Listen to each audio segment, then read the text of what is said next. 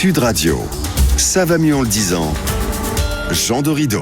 Et bonjour mon cher Jean. Bonjour mon cher Maxime, bonjour à tous. Docteur en psychologie, créateur du site hypnoseparis.com. Jean, nous sommes à la veille de la journée mondiale contre le tabac et ce matin, vous nous dites que la cigarette revient à la charge sur les écrans de cinéma ainsi que dans les séries télévisées. Mais ça évidemment, ce n'est pas forcément une bonne nouvelle. Alors non, effectivement mon cher Maxime, ça n'est pas du tout une bonne nouvelle pour les fumeurs qui ont besoin d'aide pour sortir de l'esclavage du tabac et qui se passerait bien de voir des personnages de fiction fumer comme des cheminées. Et ce n'est pas une bonne nouvelle non plus pour la jeunesse, puisque toutes les études sur le sujet montrent que plus le jeune public voit des personnes qui fument, et bien plus le risque de bascule dans le piège de la cigarette augmente. Ce retour de la cigarette sur les écrans est tel que vos confrères du journal Le Parisien aujourd'hui en France s'en émeuvent avec un papier qui parle carrément d'une nostalgie des années 90. Alors pour les plus jeunes qui nous écoutent et puis pour les anciens qui auraient oublié, il faut se souvenir que durant ces années-là, la cigarette était hyper mise en valeur dans les films et les séries. Écoutez par exemple cet extrait culte de Basic Instinct de Paul Verhoeven. On est en 1992. Il est interdit de fumer dans cet immeuble, mademoiselle Tramel. Qu'est-ce que vous allez faire ? M'inculper pour fumage ? Dans ce film, Sharon Stone est ultra sexy. Tous les fumeurs ne ressemblent pas à Sharon Stone. Certes. Peut-être. Je me serais mis à fumer depuis longtemps. Ah non, surtout parlez pas de malheur. Elle dégage une énergie folle, elle crève l'écran et elle fume. Et ce sont typiquement ce genre de scènes qui agissent en réalité comme de véritables publicités pour la cigarette. Et sachant que ça, on a le cadre, mais quand même le tabac est très dangereux pour la santé. Première cause de mort évitable avec, faut le rappeler, 75 000 décès par an.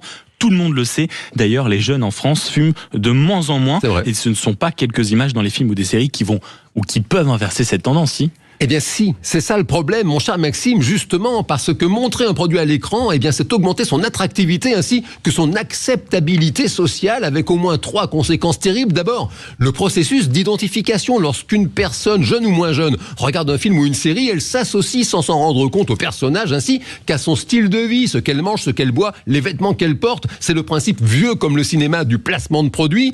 Aussi, dès qu'un personnage fume, il incite le public à fumer. Or, si vous prenez par exemple une série comme Stranger Things, qui est un succès absolument colossal, vous avez dans la seule saison 2 260 scènes de tabagie. Évidemment qu'à force, ça vous rentre dans le cerveau. Le deuxième point, c'est l'aura émotionnelle que ces images vont associer à la cigarette. Car ce petit rouleau de papier est devenu ringard, vous l'avez dit, pour de très nombreux jeunes. Or, ces œuvres de fiction, eh bien, elles travaillent à contre-courant et auréolent cet objet de valeurs positives comme la liberté, la fête ou encore le romantisme. Et puis le troisième point, c'est précisément cette bascule de la fiction vers la vraie vie. Ces dernières années, la cigarette avait disparu des grandes manifestations publiques. Les jeunes influenceuses, notamment, faisaient la promotion du style clean girl, avec des réveils à l'aube, du fitness, une alimentation saine, et puis bien sûr, pas de tabac.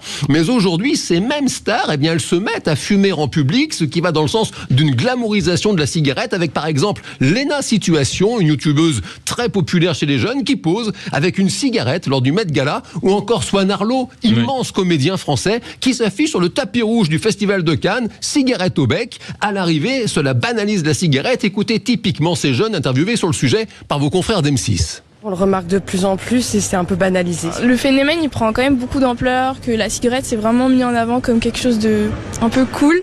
Alors là, vous l'entendez, la banalisation, le côté soi-disant cool de l'objet cigarette, tout va dans le même sens. Et d'ailleurs, les industriels du tabac ne s'y trompent pas, qui financent des milliers de contenus TikTok pour assurer la promotion de leurs sinistres produits. Mais quand on entend tout ça, qu'est-ce qu'on peut faire concrètement contre ce lobbying visuel, artistique de l'industrie du tabac ? Et bien alors concrètement, mon cher Maxime, c'est de cultiver votre esprit critique tout en acceptant que votre cerveau, il est influençable. Quand vous voyez des célébrités qui fument, des héros de série qui fument et des influenceurs qui vapotent, tout cela devient banal. Mais souvenez-vous que ces images qui esthétisent la cigarette ne montrent pas la réalité. Écoutez les fumeurs qui parlent de la dépendance créée par la nicotine, des odeurs tenaces, des personnes aimées disparues trop tôt. Souvenez-vous que la vie est meilleure sans tabac, que la vraie liberté, c'est précisément de ne pas fumer et que la seule chose qui fait vraiment du bien lorsque vous l'inhalez à fond, c'est l'air pur. Il faut que tu respires.